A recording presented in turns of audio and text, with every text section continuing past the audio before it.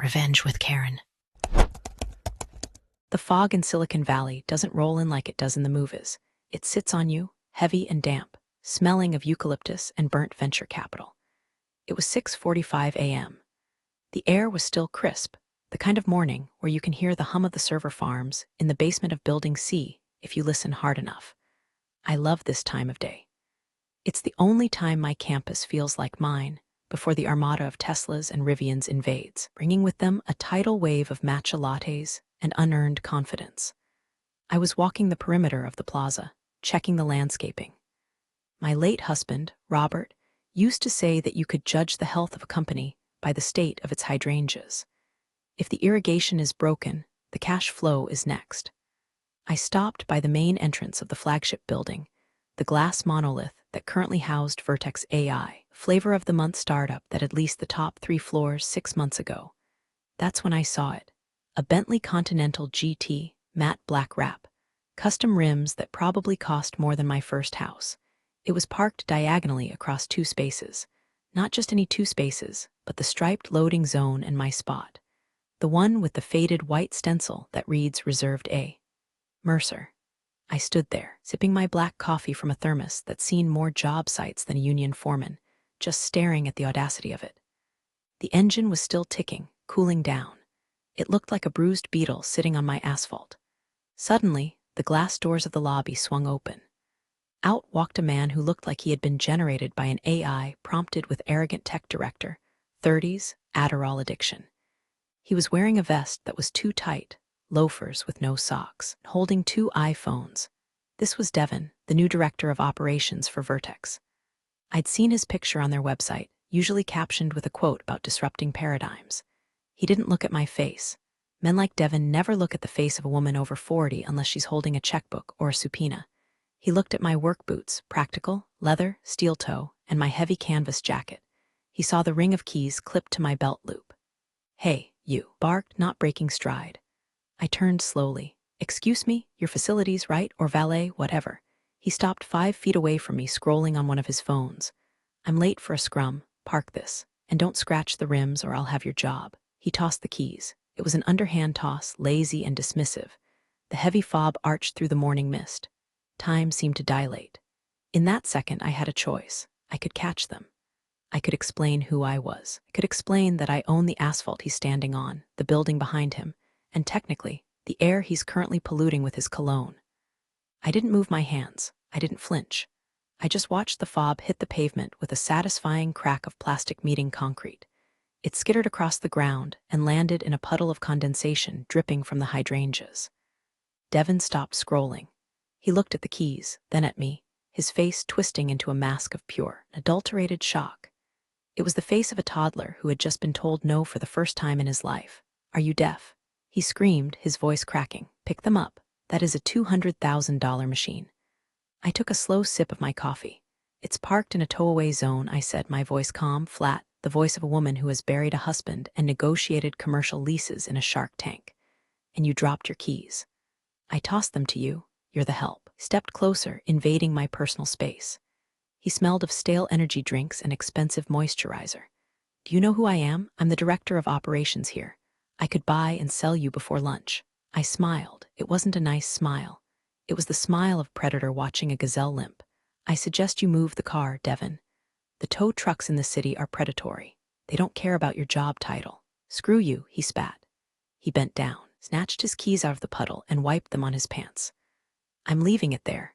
Touch it and I sue. I'm going to call the management company and have you fired by noon." "What's your name? Karen? Brenda?" "Ava," I said softly. "Well, Ava, start updating your resume. You're done." He stormed back into the building, leaving the Bentley straddling the lines, a black monument to his ego. I stood there for a moment, listening to the automatic doors slide shut. Heart wasn't racing. My hands weren't shaking. In fact, a cold, crystalline clarity had settled over me. He thought I was the help. He thought I was a ghost in the machine of his success. By the way, if you want to see how a middle-aged widow dismantles a tech bro piece by piece, hit subscribe and maybe drop a like. It really motivates the team to keep digging up these stories, and trust me, the tea I'm about to spill is piping hot. But seriously, do it now, because once the legal subpoenas start flying in later chapters, you won't want to miss a notification. Okay, back to the carnage. I pulled out my phone. I didn't call the tow truck. Not yet, that would be too easy. That would be a skirmish, and I was planning a war. I opened the Notes app and started a new file. I titled it Project Bentley. I walked to the service entrance, swiped my master key card, the one that grants access to every door, every server room, every mechanical shaft in the complex, and made my way up to my office. It's on the 4th floor, tucked away behind the mechanical rooms. It's modest. No glass walls, no bean bags, just a solid oak desk, a view of the entire plaza, and a safe containing the original deeds to the land. From my window, I looked down at the Bentley. It was a stain on my property, but it was also a gift.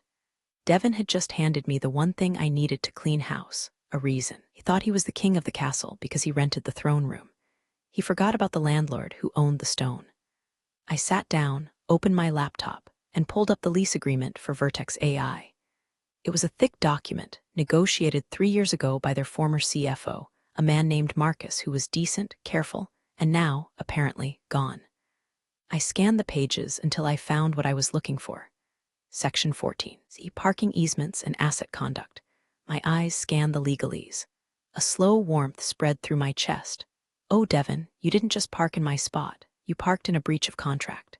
To understand why the Bentley was the nail in the coffin, you have to understand the corpse. Vertex AI moved in 8 months ago. Back then, they were different. They were run by a CFO named Marcus and a CEO who was a brilliant, quiet engineer. I liked Marcus, understood that a commercial lease wasn't a suggestion, it was a Bible. We signed the paperwork over a bottle of Pinot in a conference room that smelled of lemon polish. He respected the building. He respected the history. But in Silicon Valley, companies age in dog years. 6 months ago, Vertex got a massive injection of Series B funding. $50 million. With that money came the bloat. Marcus was transitioned out for not being aggressive enough. Quiet engineer CEO was pushed to a figurehead role. And in walked the growth hackers. The Devons. The atmosphere of building a shifted overnight. The lobby, which I had designed with mid-century modern minimalism, teak wood, soft lighting, silence, was suddenly infested with neon signs that said things like hustle harder and move fast and break things. They literally broke things. They broke the automatic blinds. They broke the coffee machine in the lobby, scuffed the limestone floors with electric scooters they insisted on riding indoors. I tolerated it. I cashed the checks. The rent was exorbitant and they paid on time. But money doesn't buy manners, and it certainly doesn't buy class. Around 10 o'clock a.m., a few hours after the key toss incident, I went down to the shared cafe on the ground floor. This is a space I heavily subsidize to keep the tenants happy. High-end espresso, local pastries, the works. I was standing in line behind a cluster of Vertex employees. They all looked the same, Patagonia vests, Allbirds shoes, and the frantic energy of people who are paid to panic. Devin was at the front of the line. I could hear him from 20 feet away. What do you mean you're out of oat milk? His voice wasn't just loud, it was performative. He wanted everyone to know he was inconvenienced. The barista, sweet girl named Sarah who was working her way through a master's in sociology, looked terrified. I'm sorry, sir. The delivery is late. We have almond, soy, macadamia, and regular. I don't do almond. Almond is bad for the bees, Sarah. Do you hate bees? Devin leaned over the counter, tapping his platinum credit card on the marble. I pay a premium for this office space. That premium includes oat milk. It's in the SLA. I stood there, blinking. It was definitely not in the service level agreement. I wrote the SLA. It covers HVAC uptime, security patrols, and elevator maintenance. It does not cover the specific nut juice preferences of mid-level management. I can check the back again, Sarah stammered. Don't check, fix it. Send an intern to Whole Foods. I don't care. Just get me my coffee, or I'm going to have a chat with the building management about the vendor quality here. I stepped forward, adjusting my heavy jacket. I looked like a janitor, remember, sir? I said, pitching my voice low and deferential. The grocery store is 2 blocks away. Maybe one of your team could run over. Devin spun around. He didn't recognize me from the parking lot incident immediately, or maybe I just barely registered as a human being to him. He squinted. Oh, you again. The valet. Did you park my car? The car is where you left it, I said. He laughed, a sharp, arcing sound. Useless. Everyone in this building who isn't writing code is useless. He turned back to Sarah. Cancel the order. I'm tweeting about this. This place is a dump. He stormed out, his entourage trailing behind him like pilot fish following a shark. A junior employee from Vertex, a young woman with tired eyes and a hoodie that looked 3 sizes too big, lingered at the counter. She looked at me, then at the door where Devin had vanished. "I'm so sorry," she whispered to Sarah, dropping a $5 bill in the tip jar. Then she looked at me. He's a lot. HR has a file on him the size of a dictionary, but he brings in the revenue, so." She shrugged, looking defeated. "That guy is a walking lawsuit waiting to happen." "Is that so?" I asked, keeping my tone casual. "Shame. The building is usually so quiet." "Yeah, well," she sighed, grabbing her black coffee. "Enjoy the quiet while you can. He's trying to get the board to approve a campus takeover. He wants to turn the courtyard into a pickleball court." She walked away. I stood there, freezing. The courtyard, my courtyard. The one with the Japanese maples my husband planted with his own hands 20 years ago. The one designed for meditation and quiet reflection. Pickleball. The rage that flared in my stomach wasn't hot. It was cold, liquid nitrogen. I looked at Sarah. "I'll have a black coffee, Sarah. Don't worry about him." "He's awful, Mrs. Mercer," Sarah whispered. "She knows who I am. She's one of the few who does. He treats everyone like dirt." "Dirt is patient, Sarah," I said, taking the cup. "Dirt eventually covers everything." I took my coffee and walked back to the elevators. I had amused curiosity before. Now I had a mission. Pickleball courts, over my dead body. I needed to go back to the lease. I needed to see exactly how much rope Marcus had left in that contract, and I was going to use every inch of it to hang Devin's career. 2 days later, the sound of jackhammers woke the campus up at 7 a.m. I wasn't in my office yet. I was inspecting the irrigation lines on the south lawn. I heard the rat-a-tat-tat echoing off the glass facades and felt the vibration in the soles of my boots. Construction requires permits. Construction requires approval. Construction requires me. I hadn't approved anything. I drove my golf cart. Yes, I have a golf cart, and I look ridiculous in it, but it's efficient, around the corner to the guest parking lot. There they were. 3 white vans marked Quick Charge Solutions. A crew of guys was tearing up the pristine asphalt of the guest lot, not the tenant lot, the guest lot, and trenching through a bed of ornamental grasses to lay conduit. Devin was standing there, pointing at a blueprint on an iPad, wearing a hard hat that looked pristine. I parked the cart and walked over. The destruction was visceral. They had severed the root systems of 3 mature agapanthus bushes. They were drilling directly into a retaining wall that I knew for a fact contained the main fiber optic trunk for the entire campus. "Stop," I yelled, waving my arms. "Shut it down." The foreman looked up, saw a crazy lady in a canvas jacket, and hesitated. Jackhammers wound down. Devin turned slowly. He rolled his eyes so hard I thought they'd detach. "Oh my God, you again? Are you stalking me? Do you not have toilets to scrub?" "You cannot dig here," I said, ignoring the insult. "This is a guest lot, and that wall contains the fiber lines for Building B. If you drill through that, you knock out the internet for the medical research firm next door. They are doing live clinical trials." "Relax, Grandma," Devin sneered. "I'm installing private EV chargers. For the execs, we need dedicated superchargers. I don't care about the medical nerds. I care about charging my Taken in 20 minutes. Did you get a permit?" I asked. "Did you get landlord approval?" "I am the landlord, basically," he scoffed. "Vertex pays 60% of the rent in this park. I own this place. Now get out of my way before I call security." "I am security," I muttered. He had already turned back to the foreman. "Keep drilling. If she bothers you again, spray her with the hose." I stepped back. I took a photo of the trench. I took a photo of the severed roots. I took a photo of the Quick Charge van license plates. Then I walked away. He wanted to play I own the place. Fine. That evening, there was a monthly tenant mixer in the main lobby. Usually, I skip these.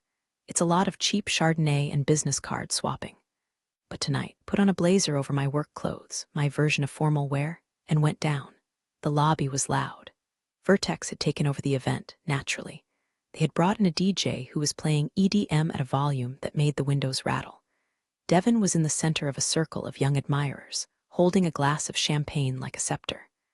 I drifted to the edge of the circle, nursing a sparkling water. So I told the old hag, Devin was shouting over the bass drop, counting the morning's events, that if she wants to stop progress, she can go work at the library. "We're taking over the whole lot soon anyway. I'm going to pave over that stupid garden in the back and put in a drone landing pad." The group laughed, a sycophantic laugh. "But what about the lease?" someone asked. "Doesn't the landlord have say?" Devin scoffed. The landlord is some shell company, Mercer Holdings. Probably some absentee boomer living in Florida. I don't care as long as the check clears. I haven't even read the lease. Why would I? We're Vertex. We do what we want. I haven't even read the lease.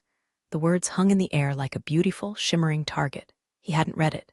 He didn't know about the easement clauses. He didn't know about the quiet enjoyment stipulations. And he certainly didn't know about Section 22, material alteration of premises and asset forfeiture. I smiled. It was the first genuine smile I'd had in days. I turned to leave and Devin caught my eye. He winked, a mocking, arrogant wink. Enjoying the free booze, janitor, he mouthed. I raised my water glass to him. Cheers, Devin, drink up. I went back to my office. It was 9:00 p.m. I called Lydia. Lydia is my external compliance officer.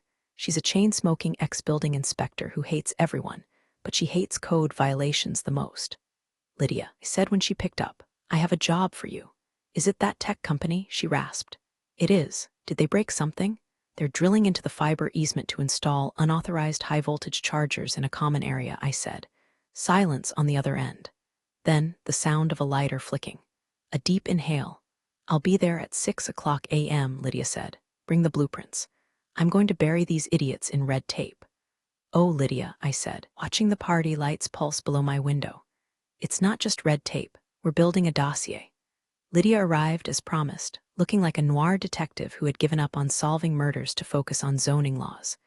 She wore a trench coat, despite the California sun, and carried a clipboard that looked like a weapon. She didn't look at me. She looked at the trench in the asphalt.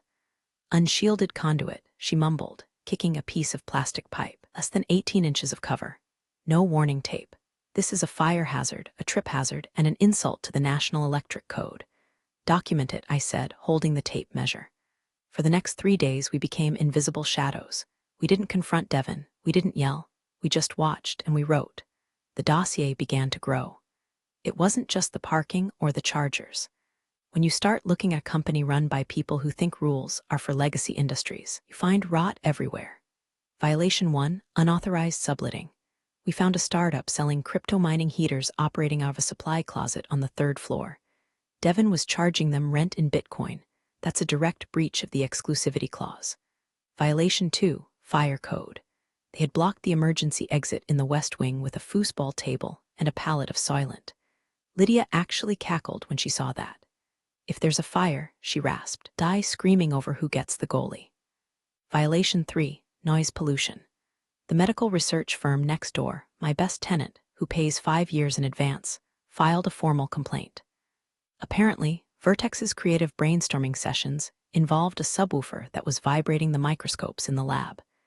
They think this is we work, Lydia said, snapping photos of a kegerator plugged into a surge protector that was daisy-chained to 3 other surge protectors. They think they're in a frat house. They don't realize you're the owner. Why haven't you told them? I looked at the photo of the kegerator. Because if I tell them, they'll just apologize and try to pay a fine. They'll try to charm me. I don't want an apology, Lydia. I want them out, or I want them broken. You're enjoying this, she accused, scribbling furiously. I'm protecting my asset, I lied. I was enjoying it. I was enjoying the feeling of the trap snapping shut. The turning point of the investigation came on Thursday. I was in the lobby, polishing the brass handrails. Yes, I do that sometimes. It calms me when I overheard Devin on the phone.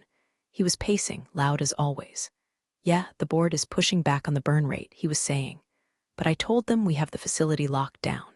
I told them we own the lease on the parking structure.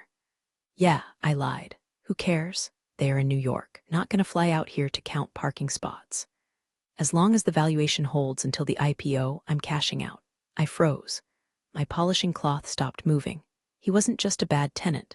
He was defrauding his own investors. He was claiming assets he didn't have, specifically my parking structure, to pump up the company's valuation. I went back to my office and called my lawyer, intense, shark-eyed man named Soulful named Arthur.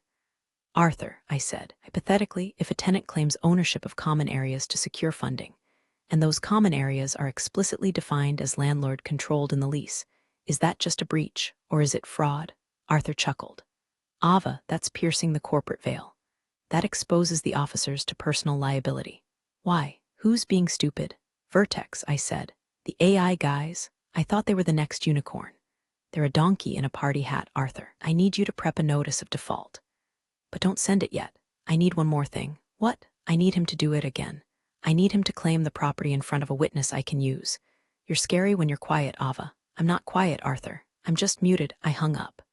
The dossier was 2 inches thick. Photos, decibel readings, fire marshal reports, and now the hint of securities fraud. But I needed the kill shot. I needed him to disrespect the property in front of the money. And because the universe sometimes rewards the patient, I saw the schedule on the lobby monitor. Friday, 2:00 p.m., Vertex AI International Investor Walkthrough. Perfect. Friday afternoon. The sun was high and brutal, bleaching the color out of the asphalt. A fleet of black SUVs pulled up to the main entrance. This wasn't the usual Uberlux crowd. This was serious money. SoftBank money. Sovereign wealth fund money. Men in suits that cost more than my car, stepping out into the heat, looking skeptical. Devin was waiting for them. He had actually put on a jacket, though he paired it with sneakers. He was vibrating with manic energy. "Welcome, gentlemen. Welcome to the Vertex campus," he announced, spreading his arms wide as if he had built the place himself with a trowel and mortar. I was nearby, trimming the hedges near the entrance. I wasn't hiding. Wanted to hear? As you can see, Devin gestured to the main building. We have fully integrated the facility into our workflow. We have plans to expand into the north wing next quarter. He didn't have plans. He didn't even have an option to renew. One of the investors, a stern older man with silver hair and a German accent, pointed to the parking lot. Specifically to the spot right in front, my spot. The Bentley was there again, parked diagonally. Again. Very impressive, the German said, but parking is tight in the valley, yeah. Do you have secured allocation? Oh, absolutely, Devin laughed, clapping the man on the back. See that Bentley? That's my spot. We control this entire front lot. We have priority easement. The landlord basically reports to us. He saw me then. I was holding hedge clippers, standing 10 feet away. The German looked at me, then at Devin. And the staff? Devin sneered. Part-time janitorial. Hey, you, Brenda. Snapped his fingers at me. Snapped his fingers. Get these leaves off the walkway. We're trying to have a meeting here. And honestly, try to look a little more presentable when we have guests. You look like you slept in a dumpster. The investors chuckled nervously. It was an ugly moment, a power flex at the expense of the weak. I looked at Devin. I looked at the German investor. I looked at the Bentley. I'll get right on that, I said. My voice was devoid of emotion. Good. Chop, chop, Devin said, turning his back on me to lead the group inside. Now, if you'll follow me to the server room. They walked inside. The heavy glass doors clicked shut. I stood there for a long beat. The sun beat down on my neck. I felt the weight of the hedge clippers in my hand. Humiliation is a funny thing. If you let it sit, it rots you. But if you refine it, if you distill it, it becomes fuel. High-octane, clean-burning fuel. It called me a janitor in front of his financiers. He had claimed my property as his own, and he had parked in my spot after being warned. I took out my phone. I didn't open the Notes app this time. I opened my contacts. I scrolled past Arthur Lawyer and Lydia Code. I tapped a number I hadn't used in 2 years, not since a drunk driver abandoned a sedan in the loading dock. Frank's Towing and Recovery, a voice grunted. It sounded like gravel in a blender. Frank, it's Ava Mercer. Mrs. Mercer, long time. What can I do for ya? Need a jump? No, Frank. I have a vehicle on the property in violation of posted signage. Unauthorized use of a reserved space. Repeated infractions. Make and model, Bentley Continental GT, matte black. Frank whistled. Oof, that's a heavy beast. You want it moved to the street? I looked at the building. I could see Devin in the lobby through the glass, gesturing wildly at a mural. No, Frank, I said. I don't want it on the street. I want it impounded. I want you to take it to your lot in East San Jose. The one behind the junkyard. That's a hell of a retrieval fee, Mrs. Mercer. The owner is going to be pissed. The owner is currently busy lying to investors, Frank. Can you be here in 10 minutes for you? I'm already turning the key. I hung up. I clipped the phone back to my belt. I went back to trimming the hedges. I wanted the edges to be sharp, razor sharp, just like the clause I was about to enforce. Let's talk about lease agreement section 14, subsection D, paragraph 3. My husband, Robert, was a kind man, but he was also a paranoid man. He grew up poor, and he believed that if you gave someone an inch, they would take a mile, then sue you for the cost of the ruler. When we drafted the standard commercial lease for the campus, Robert insisted on what he called the asshole clause. Legally, it's known as a lien on personal property for breach of easement. It states, in very fine, very binding print, In the event of repeated, documented violations of parking assignments, common area usage, or safety protocols, the landlord reserves the right to remove offending property at the tenant's expense. Furthermore, should said violations coincide with arrears or material breach of contract, landlord may hold said property as collateral against damages. Devin hadn't just parked in my spot. By installing those EV chargers without a permit, he had caused estimated damages of $40,000 to the electrical grid and landscaping. By operating a crypto mine, he had spiked the unmetered utility usage. Technically, Vertex owed me close to $65,000 in damages and penalties. Bentley was worth $200,000. It was perfect collateral. Frank arrived in 12 minutes. His truck was a monster, a flatbed Ford F550 with chains that rattled like the ghosts of repossessed Civics. That the beauty? Frank asked, leaning out of the cab. He was chewing on a cigar that wasn't lit. That's it, I said, pointing with my shears. Key. No key, drag it, Frank grinned. Music to my ears. The process was violent and beautiful. Frank didn't play nice. He hooked the winch onto the Bentley's rear axle. Because the car was in park and the parking brake was on, the rear tires locked. The winch screamed. The Bentley groaned as it was dragged, tires screeching against the asphalt up onto the flatbed. It sounded like a dinosaur dying. Inside the glass lobby, I saw heads turn. The investors were looking. Devin was looking. But they couldn't hear the screeching through the soundproof glass. Just saw a massive truck hauling away the director's pride and joy. Devin's face went pale. He ran to the glass, slapping it with his palm. He looked like a mime trapped in a box of his own stupidity. Frank secured the chains. Where to? The deep storage lot, Frank. The one with the guard dog that bites. You got it, boss. Frank drove off. The Bentley bobbed up and down on the flatbed, a defeated beast. I went back to my office. I made a fresh pot of coffee, sat down and waited. 3 minutes later, my office phone rang. It was the front desk. Mrs. Mercer, it's Chloe from Vertex. Devin's assistant, her voice was shaking. Yes, Chloe, how can I help you? Devin is. He's screaming. He says his car was stolen. He says he's calling the police, he says. He says you saw it happen.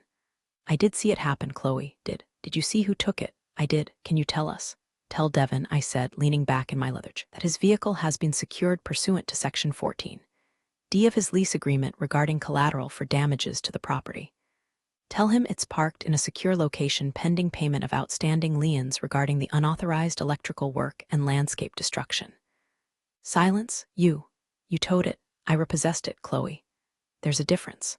Repossession implies I have a legal right to it, which I do. Oh my God, she whispered. He's going to kill me. Won't kill anyone, Chloe. He's a bully, and bullies crumble when you take their toys. Now, if you'll excuse me, I have a board meeting to prepare for. Board meeting? You're not on the board. Not your board, Chloe. Not yet. But tell Devin to check his email. My lawyer just sent the notice of default. I hung up. The silence in my office was heavy, but it wasn't lonely. It was the silence of a chess player who just moved their queen into position and is waiting for the opponent to realize the game ended 3 turns ago. News travels fast in a building with glass walls. By 4:00 p.m., the story of the Bentley wasn't just hallway gossip, it was lore. I took the elevator down to the basement to check the meters. 2 young engineers from a different startup were in the car. They didn't know who I was. Dude, did you hear about Vertex? One whispered, the car thing? Yeah, savage. I heard the landlord is actually some cartel front who tows a Bentley in the middle of a VC tour. Devin is losing his mind. I heard the German investors walked out. They thought it was a repo because the company was broke. I stared at the floor numbers, suppressing a smile. Cartel front. I liked that better than janitor. The ecosystem was turning. Devin's power came from the illusion of invincibility. It was the guy who broke rules and won. But when you break rules and lose, you're just a liability. When I got back to my desk, I opened the dossier. It was time for the next phase. The towing was a physical blow, now I needed a structural one. I drafted an email, not from me, but from Concerned Tenants Association, an entity that consisted entirely of me and Lydia. I attached the photos of the fire hazards. I attached the decibel readings, attached the log of the unauthorized crypto mining. And I sent it to the general inquiry inbox of Vertex's parent holding company, a massive conglomerate based in New York called Onyx Capital. Subject: Risk Assessment / Liability Exposure at Silicon Valley Campus. It was dry. It was boring. It was deadly. Corporate boards don't care about feelings. They care about liability. If a fire starts because of a blocked exit, they get sued. If the power grid blows because of a crypto mine, they get sued. Saturday passed quietly. Devin was reportedly working from home, probably because he didn't have a car.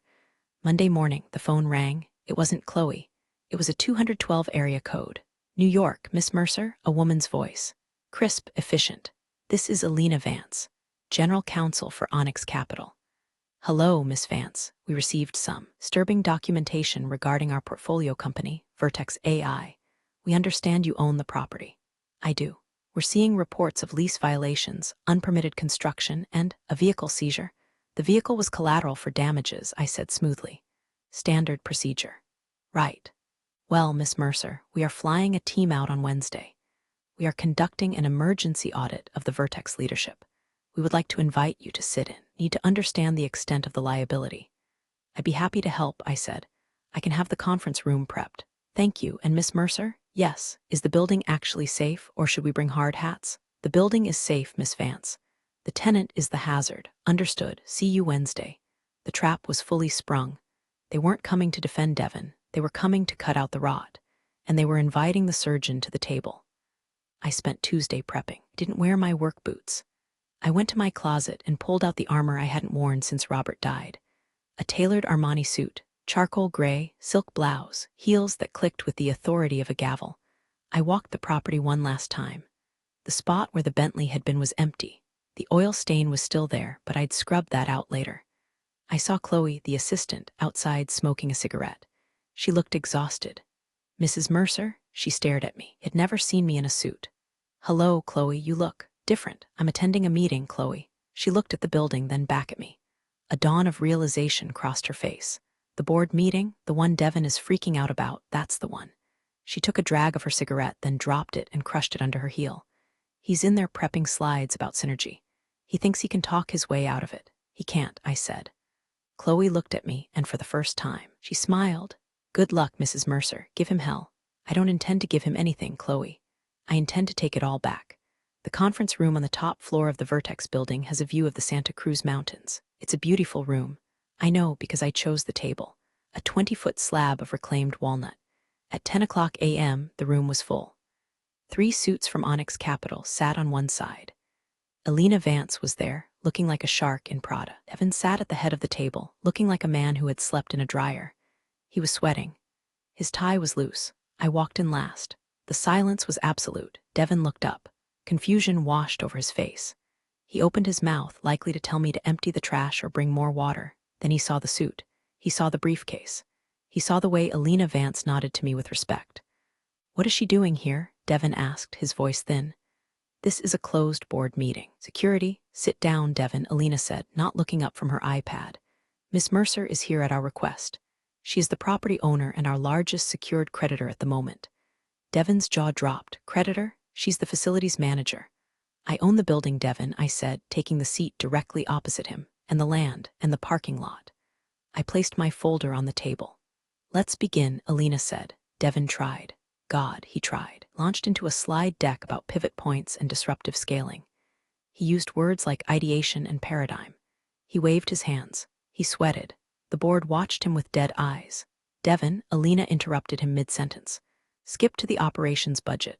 We show a $60,000 variance in facilities costs and a legal notice regarding a lien. That, Devin pointed at me, that is harassment. This woman has a vendetta.